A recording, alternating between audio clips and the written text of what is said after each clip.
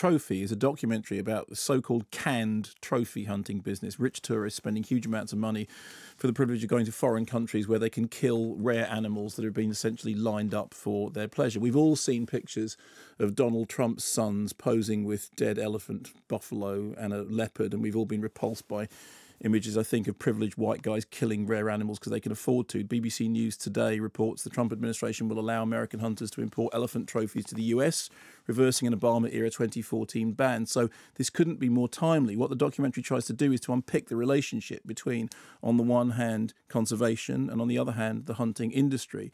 The argument is that the best way to preserve animals who are endangered is to breed them, and the best way to pay for breeding them is to allow rich tourists to kill some of them for fun. The argument gets most knotty during interviews with a South African rhino farmer who cuts the horns from the rhinos in order to prevent them being poached. He then stockpiles the horns, and what he is arguing is that he wants to be able, during the course of the documentary, that he wants to be able to sell the stockpile of horns in order to fund his farms, because what he says he's doing is preserving rhinos, but he can't because the sale of the horns has been outlawed.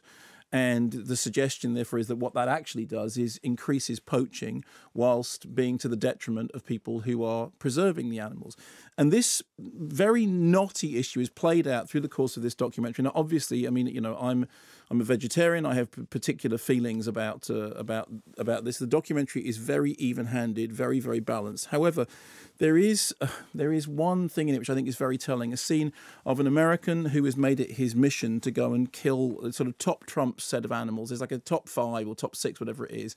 And he wants to go and do it pretty quickly because he's worried that killing some of them will be made illegal. And we see him, you know, out on these kills and then weeping over the beautiful body of this animal that he has killed. And then there's an interview about 2/3 of the way through the film in which he says, yeah, you know, the thing is, if you believe in evolution, you're an idiot.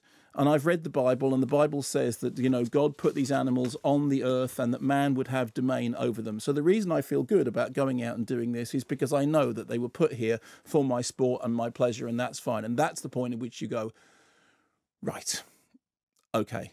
Every single feeling that I have about the depravity of what you're doing, just thank you very much for your own mouth. Are you condemned? I think the documentary is very interesting because it does attempt balance. Obviously, I found sections of it really repugnant to watch. It does try to be very, very balanced and even-handed about the arguments. But I do think the sight of somebody declaring that they have the right to do this because it says in the Bible that God gave man domain over the animals, so that makes it all right. However you respond to that comment will probably define how you respond to the documentary. Is it a good piece of cinema? It's a well-constructed documentary that made me very angry.